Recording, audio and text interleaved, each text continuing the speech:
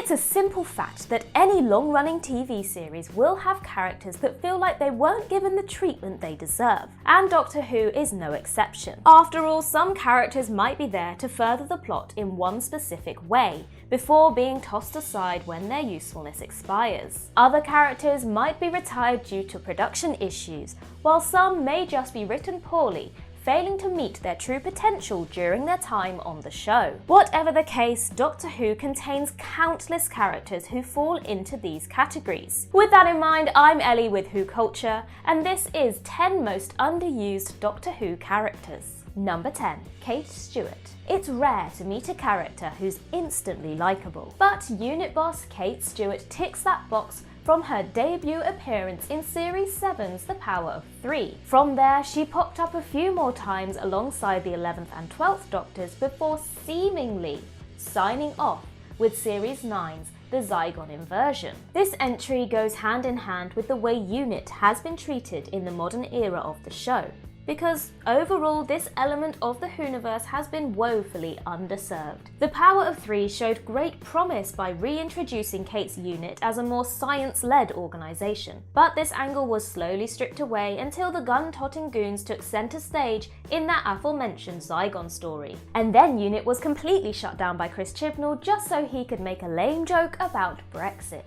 Misjudged doesn't even begin to cover it. To put it simply, UNIT and Kate deserve better. A character as intelligent and engaging as she is warrants way more respect, especially when you consider that she's the daughter of one of the most important characters in Doctor Who history. Fortunately though, there is hope. The reason we've put Kate in 10th place is because of her most recent return in Survivors of the Flux, so we might be able to forgive some of our complaints. Number 9.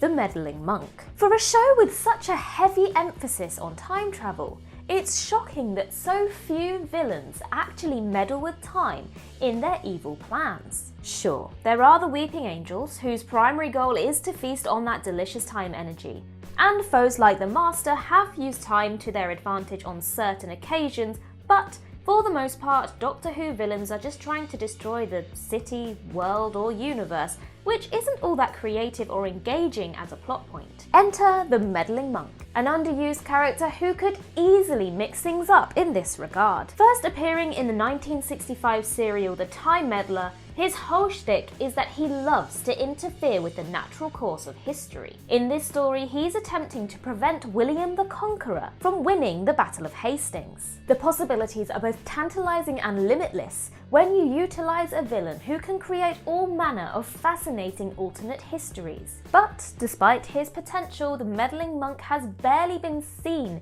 in the last 56 years of Who. Number 8.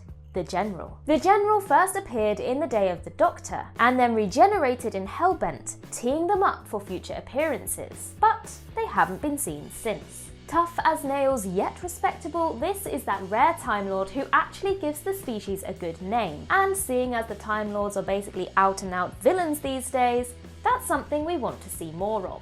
There's also the fact that the Doctor shocked the General the last time they met, so bringing the two characters back together and exploring the friction between them is a story idea that's begging to be delved into. All that aside, it's the Time Lord military which the General leads that feels like the most criminally underexplored opportunity here. We've seen the Time Lords as bureaucrats, but we've rarely seen them as soldiers. And when you consider the angle of the Doctor, who strongly opposes conflict, facing Time Lords whose sole purpose is to fight and kill, it's bizarre that this hasn't been utilised before. Plus, just think of all the awesome time-based weapons these soldiers could wield and how they could be portrayed on screen. Number 7.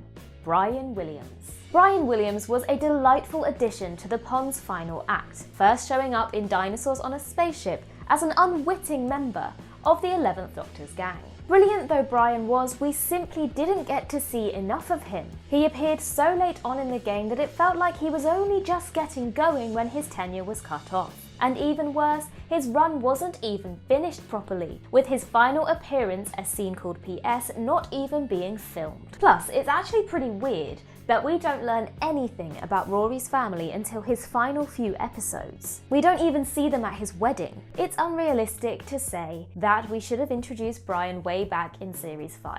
Number 6.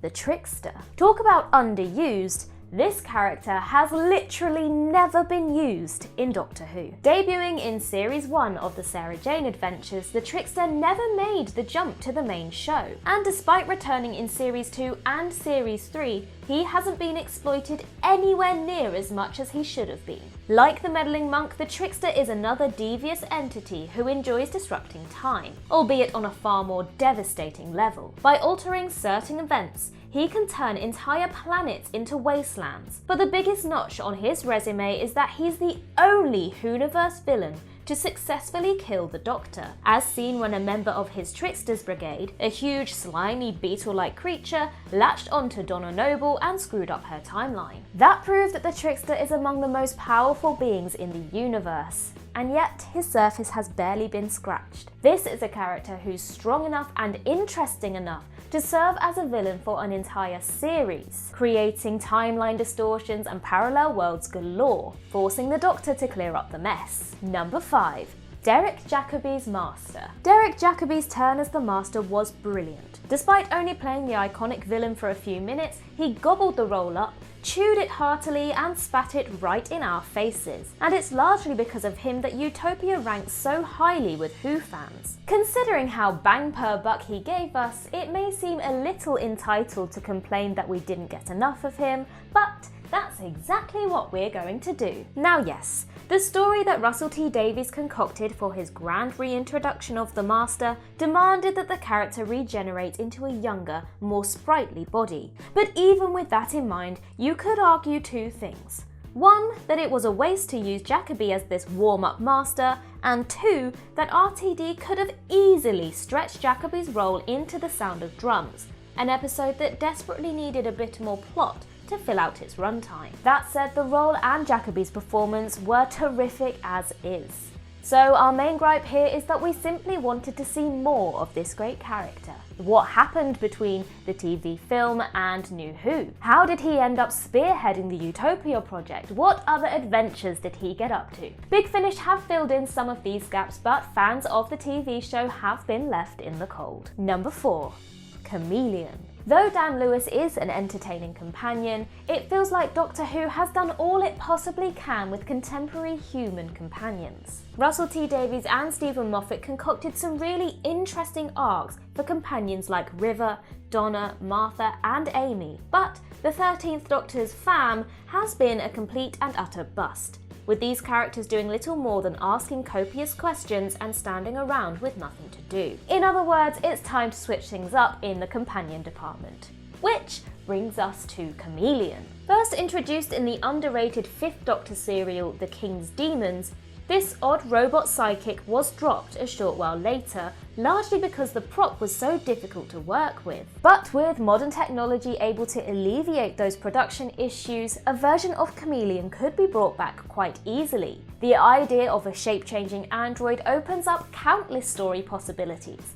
And furthermore, the dynamic itself would be inherently interesting. Think about the back and forths between the 11th Doctor and Handles in the time of the Doctor, with the Doctor's fizzing, bubbling mind clashing with that cold and calculated robot. It would seem totally fresh in this modern era. And again, we're eager to see a companion who isn't a contemporary human. So sign us up for a Kamelion comeback. Number 3.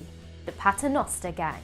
An unlikely trio consisting of the Sontaran Strax, the Silurian Vastra and the human Jenny, the Paternoster Gang were a regular fixture during Matt Smith's years, and last appeared in Peter Capaldi's episode Deep Breath. More than just bog-standard supporting characters, they were present for some incredibly important events in the Doctor's life, from the kidnapping of Melody Pond at Demon's Run, to battling the Great Intelligence at the Doctor's grave on Trenzalore, to the very first moments of the 12th Doctor's tenure. With all this in mind, they're among the closest friends the Doctor has ever had, while also being beloved fan favourite characters to boot. So the fact that they've been gathering dust for over 7 years is downright bizarre. As well as another potential solution to the whole contemporary human companion problem, there's also so much we don't know about the Doctor's history with each individual member of the gang. We're given hints to how they met, but the opportunity is there to go back and see these stories firsthand. And ultimately, it wouldn't be difficult at all to do a present-day Paternoster story. Simply set an episode in Victorian London and boom, there you have it. Number 2.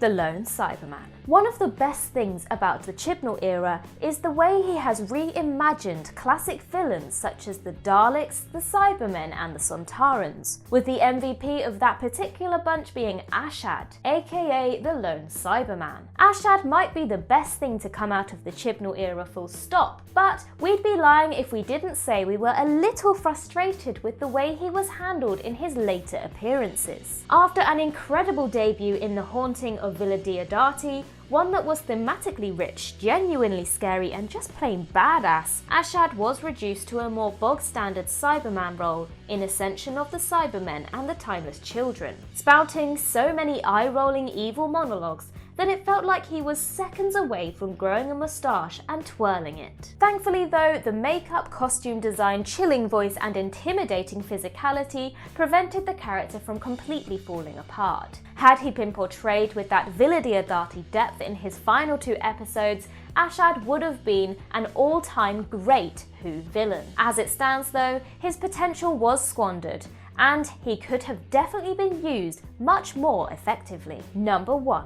The 8th Doctor. On lists like these, there's one character who always warrants first place over any other, and that is Paul McGann's 8th Doctor. Every other main Doctor has at least 1 full series under their belt. Most have 3, while Tom Baker got 7, and many of them return for anniversary specials ranging from the 3 Doctors to the Day of the Doctor. But McGann, he got a 90-minute TV movie and a short minisode. His lack of screen time is criminal. Sure, the circumstances surrounding his brief tenure were unique and unlike any other Doctor in history, but it's almost unfair that he hasn't been given the opportunity to flex his Doctor with a proper small screen run. What truly makes McGann underused though, is that he still looks the part. He is the only surviving classic Doctor who could still get away with playing the role, but at the age of 62, his youthful appearance will be fading fast. Hopefully, Russell T Davies will be wheeling him out for the 60th anniversary, because it'll probably be the last chance McGann has at playing the role. He may be a Big Finish legend, but the 8th Doctor still deserves some on-screen love.